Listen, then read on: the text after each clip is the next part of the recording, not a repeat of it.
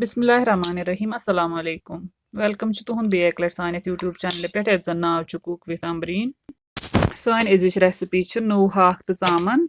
Recipe start करने bro अगर तुम ये चैनल पे नई छो चैनल कर सब्सक्राइब तो वीडियो वो एंडस तम चलो करो इस रेसिपी स्टार्ट ये निमुत मे तील युथी गरम गत मज करो गो चामन फ्राई अत दुत ना आज लिद्र आबस मज ग्रेख कह यह बनमज गरी चामन तो इसलिए करी मे डायरेक्ट फ्राई चामन गई तन फ्राई असल पे तो यह कड़ो वन नबर अकिस प्लेटस पे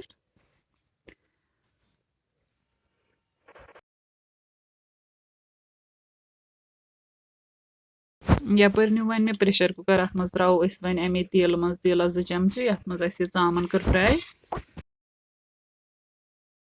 तो वन त्रो अत मज यह हाक यह थोमुत नोव हाक यह थोमुत छलित चारित तो यह त्रो वन अत मज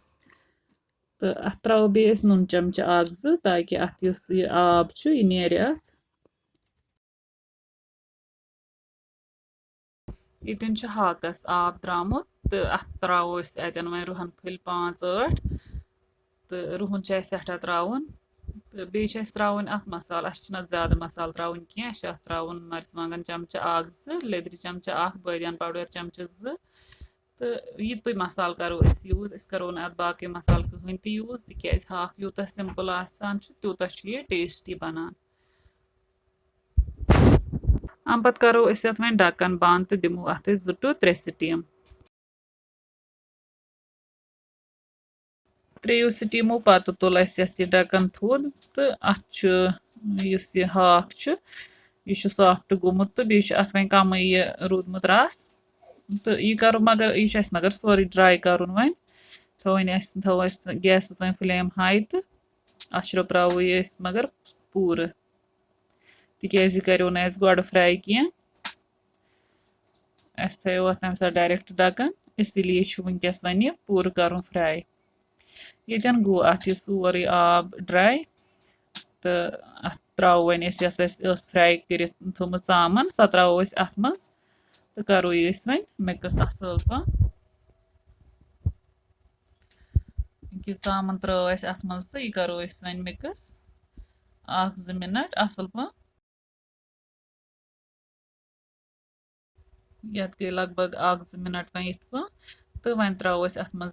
आब लगभग 1-2 गिलास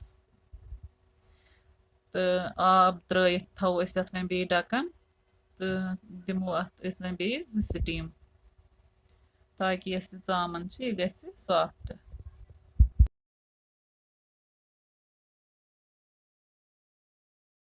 मजीद 2 स्टीम दिन पत सान रेसिपी चामन तो हाक यह बिल्कुल रेडी गोमुत यन थोड़ा यह ग्रेवी रोजम तो यहां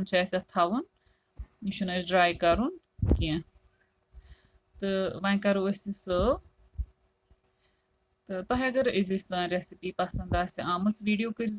लाइक तो शेयर बे दीजो पन फीडबैक कमेंट सेक्शनस मज रेसिपी कर जरूर ट्राई अल्लाह हाफिज।